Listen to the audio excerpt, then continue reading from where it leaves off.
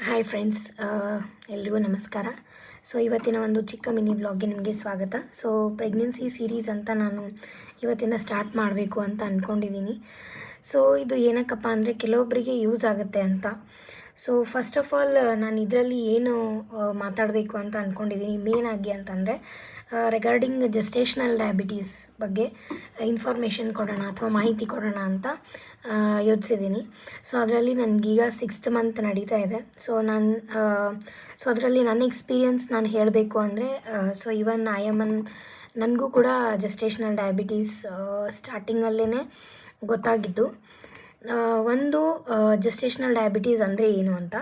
So first of all ಈ diabetes ನಿಮಗೆ ಮುಂಚೆಯಿಂದನೇ ಸಕ್ಕರೆ ಕಾಯಿಲೆ ಇರಲ್ಲ.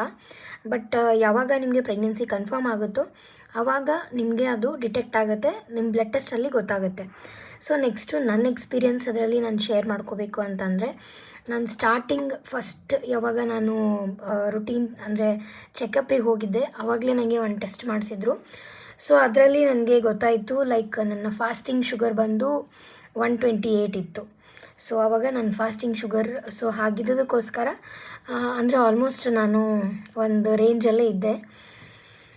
ಸೊ ಅದು ಬಂದಮೇಲೆ ಇದರಿಂದ ಏನು ಪರಿಣಾಮ ಆಗುತ್ತೆ ಅಥವಾ ನನಗೀಗ 6th ಮಂತ್ವರೆಗೂ ನಾನು ಬಂದಿದ್ದೀನಿ. ಸೊ ಯಾವುದು ಒಂದು ಪ್ರಾಬ್ಲಮ್ಸ್ ಆಗುತ್ತೆ ಅಂತ ಅಂದರೆ, ಫಸ್ಟ್ ಥಿಂಗ್ ನೀವು ಡಯಟ್ ಕಂಟ್ರೋಲ್ನ ಮಾಡಲೇಬೇಕು.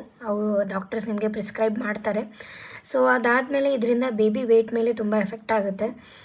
ಬಟ್ ನೀವು ಸರಿಯಾಗಿ ಕಂಟ್ರೋಲ್ ಮಾಡ್ಕೊಂಡು ಬಂದರೆ ಅದೇನೂ ಪ್ರಾಬ್ಲಮ್ ಆಗಲ್ಲ. ಆ್ಯಂಡ್ ನೆಕ್ಸ್ಟ್ ಥಿಂಗ್ ಹೇಗೆ ಪ್ರಿವೆಂಟ್ ಮಾಡಬೇಕು. ಸೊ ನಾನು ಹೇಳಬೇಕು ಅಂದರೆ ನಾನು ಡಯಟ್ ತುಂಬ ಕಾನ್ಷಿಯಸ್ ಆಗಿ ಮಾಡ್ತಾ ಬಂದಿದ್ದೀನಿ. ಸೊ ಈಗಲೂ ಮಾಡ್ತಾಯಿದ್ದೀನಿ. ಹಾಗೆ ಕೆಲವೊಂದು ಐಟಮ್ಸ್ನ ತಿನ್ನಬೇಕು ಅನಿಸುತ್ತೆ, ಅದನ್ನು ಕೂಡ ನಾನು ಒಂದು ಲಿಮಿಟ್ ಮೇಲೆ ಕನ್ಸ್ಯೂಮ್ ಮಾಡ್ತಾಯಿದ್ದೀನಿ. ಸೊ ನಿಮಗೇನಾದ್ರು ಈ ಸೀರೀಸ್ ಅಂದರೆ ಕಂಟಿನ್ಯೂ ಮಾಡಬೇಕು ಅಂದರೆ ಕಮೆಂಟ್ ಮಾಡಿ. ಸೊ ನಂದು ಯಾವ ಥರ ಡಯಟ್ ಇತ್ತು, ಯಾವ ಥರ ನಾನು ಕಂಟ್ರೋಲ್ ಮಾಡ್ತಾಯಿದ್ದೀನಿ. ಸೊ ಸದ್ಯಕ್ಕೆ ನನ್ನ ಜೆಸ್ಟೇಷನಲ್ ಅಂದರೆ ಡಯಾಬಿಟೀಸ್ ರೀಸೆಂಟಾಗಿ ನಾನು ಬ್ಲಡ್ ಟೆಸ್ಟ್ ಕೊಟ್ಟಿದ್ದೆ. ಸೊ ಅದರಲ್ಲಿ ನನಗೆ ಆಲ್ಮೋಸ್ಟ್ 90 ಆ ಥರ ಬಂದಿದೆ.